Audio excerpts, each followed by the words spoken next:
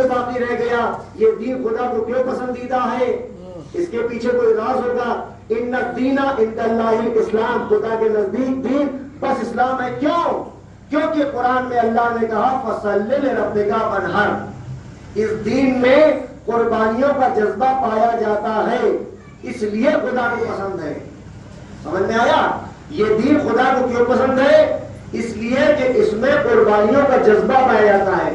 سورہ کوثر میں اللہ نے رسول سے مخاطب ہو کے کہا فصل لربک وانحر، اے رسول آپ میری عبادت کیجئے اور قربانیاں پیش کیجئے. یہاں پر وانحر سے مراد علماء یہ کہتے ہیں کہ یہاں پر وانحر سے مراد جنگ نہیں ہے، قربانیوں سے مراد لڑائی نہیں ہے، قربانیوں سے مراد یہاں پر ہے سمجھوتا، قربانیوں سے مراد ہے یہاں پر سیکریفائس. رسول اللہ نے اپنی زندگی میں تقریباً 86 جنگیں لڑی ہیں. 86 غزوات نبی ہے. جو نبی نے جنگیں لڑی ہیں انہیں کہتے ہیں غزوات. 86 جنگوں میں رسول نے جو جنگیں جس میں شامل ہوئے، جس میں تبوک، بدر، احد، خیبر، خندق، یہ وہ جنگیں ہیں جس میں رسول خود موجود تھے. بیر العلم، یہ سب جنگوں میں رسول موجود تھے. لیکن پورے قرآن مجید میں کسی بھی جنگ کے لحاظ سے اللہ نے یہ نہیں کہا کہ اے رسول آپ بدر میں جیت گئے، آپ خندق میں جیتے، آپ مہربان میں جیتے، آپ فلاں جگہ جیتے. کسی بھی جنگ میں اللہ نے رسول کو نہ مبارکباد دی نہ فتح کا اعلان کیا. جبکہ رسول نے بڑے بڑے مارکے سر کیے تو کہیں پر اللہ نے یہ کہہ دیتا جنگ بدر میں کہ اے رسول آپ نے بہت بڑا کام کر دیا. احد میں کہتا، کسی جنگ میں کہتا نہیں. کہیں اللہ نے جنگ کرنے کے بعد رسول کو سرٹیفائڈ نہیں کیا. کہاں پر مبارکباد دے رہا ہے؟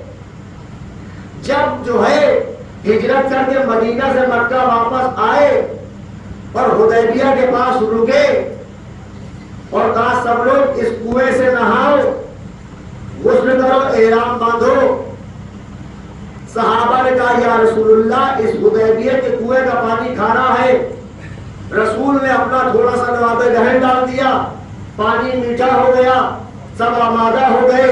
اور اس کے بعد آج رسول لشکر کے اعتبار سے بہت مضبوط تھے، مدینے سے بہت بڑا لشکر لے کے آئے تھے اور اعلان کر دیا تھا کہ آج اگر مکے میں کوئی ابو سفیان کے گھر میں بھی پناہ جو ہے چھپ جائے تو اس کو امان ہے.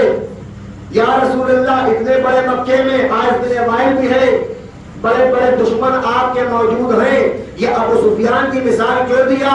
رسول عجب نہیں کہ آواز دے. آج ہم نے یہ اعلان کر دیا فتح مکہ کے موقع کے اوپر کہ اگر کوئی ابو سفیان کے گھر میں بھی چھپ جائے تو پناہ ہے. اس کا مطلب رسول بتانا چاہتے ہیں کہ ہماری زندگی میں سب سے بدترین جو ہمارا دشمن ہے وہ ابو سفیان ہے. اس کے گھر میں بھی کوئی چھپ جائے تو پناہ ہے. اور اس کے بعد جب ابو سفیان نے دیکھا کہ اتنا بڑا لشکر لے کے مدینے سے مکے کی طرف رسول آ گئے تو اب سمجھ گیا کہ کوئی جائے پناہ نہیں ہے. تو ابن عباس کے پاس پہنچا اور پہنچنے کے بعد ابن عباس سے کہا، ابن عباس دیکھا کہ تمہارے بھتیجے نے کتنا بڑا لشکر اکٹھا کر لیا مدینے جا کے اور اتنے دن بعد لوٹا ہے تو کتنا بڑا لشکر لے کے لوٹا ہے. تو پلٹ کے ابن عباس نے کہا ابو سفیان یہ لشکر نہیں ہے، رسالت ہے. کیوں؟ رسول نے جو ہے کسی سے تلوار سے جو ہے کلمہ نہیں پڑھوایا ہے. رسول نے جو کردار پیش کیا اپنے کو ایسا پریزنٹ کیا دنیا کے سامنے کہ کردار محمد دیکھ کے لوگ مسلمان ہوتے چلے گئے. صلوات پڑھیں محمد.